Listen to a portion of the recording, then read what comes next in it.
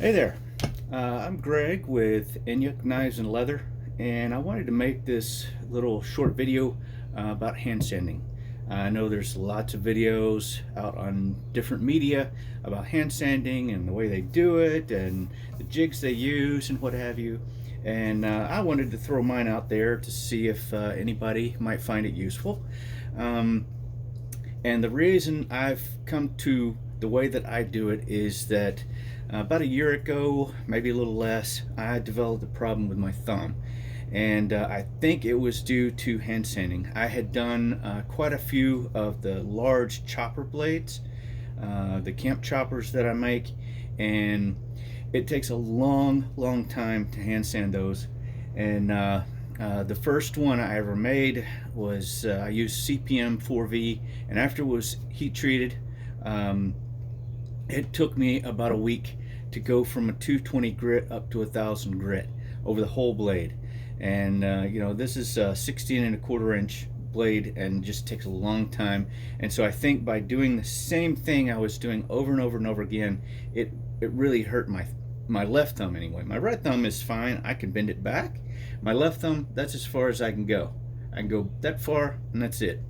Woke up one day with just shooting pains up through here. Felt like a tendon or something had been injured. I don't know, not a doctor, so but it doesn't hurt anymore. Occasionally it may hurt a little bit, but I can't use it like I used to. And so I did some searching online, looked for some different jigs that would hold sandpaper, something I could use that would relieve the pressure from my thumbs but still allow me to do what I need to do as far as hand sanding. And so I've seen people take sandpaper, wrap it around and around and around a piece of wood or a file or another little object they've made, and then hold that. They're still having to use their thumb or fingers to hold it on there, so they're still having to use my hand, and over time that'll get fatigued. And so I used other jigs that I've built. Nothing seemed to work as far as they were very effective, don't get me wrong. Everything I've used has been very effective, but some of the other jigs were, I don't want to say complicated, it just made it difficult, and it wasn't efficient to either change out the sandpaper or even just to move it around to a clean spot to do your hand sanding.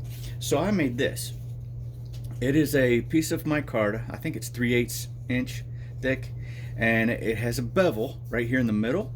It goes from 3/8 down to, I would say, probably about a 1/16, maybe even a little smaller. You could take it all the way down to almost cutting edge if you wanted, but I wanted to give it a little bit of beef here so that it wouldn't bite in as I'm hitting against plunge lines and things like that.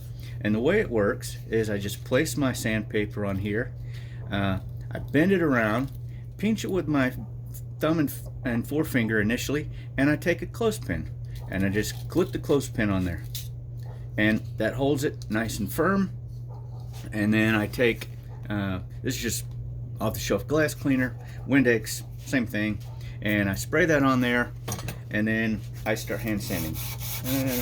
Do some sand, and then once I'm finished and it's time to change it, I just take the clothespin off, and you'll notice it's created this nice little crease right here. And I take it, the little micarta implement, and turn it around until I get it right in that corner of the last crease. Bend it back around, hold it tight, put the clothespin back on, and boom, I'm ready to go. Now I've got a clean piece, and I go and go and go. Then it's next time, flip it around. When I get to the end, I do sort of take it and hold it, but I just hold it lightly with my thumbs. Usually I don't really take that part down till my thumbs are hurting, and then I throw that away and get me another piece. And so this little piece of micarta, and you could use a piece of wood. I just had a piece of scrap micarta. I figured it would probably hold up really well. It doesn't bend very much, which is good. Good hard piece of wood like hickory or oak might work just as well. I tend to stay away from metal. I used to wrap it around files when I would pinch it with my fingers. The problem with that is, especially if you're doing on a knife that hasn't been heat treated yet, like this one, I found as I would go along and maybe not paying enough attention and would move the file one way or the other, it'd put a nice deep scratch that then would be a nightmare to get out. And that happened a bunch of times. So I started staying away from metal, and I'd use a piece of wood.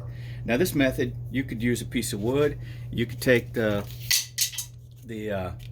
sandpaper and just put it around a piece of wood and clamp it with the clothespin and do that. Work the same way, but with this, it gives you a nice small area to really get in those plunge lines. And you could even make this rounded. Depends on what kind of plunge lines and maybe what kind of knife you're working on. If you had a really shallow plunge line, you might want to make another one of these that had a more rounded curve here that would allow you to really get in those plunge lines. This one's pretty shallow, so this works pretty good, and this works really good too if you have just a straight plunge line.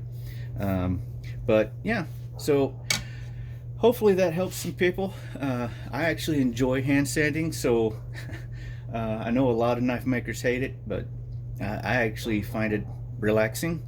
Listen to music, do my hand sanding, and continue on with my project. But yeah, so very easy to make, simple, straightforward, and you know, it's with this clothespin, it really makes it easy to not only move your sandpaper but also change it out to different grits when you go up. Just super simple, and I'm all about making things simple. So thanks for joining me.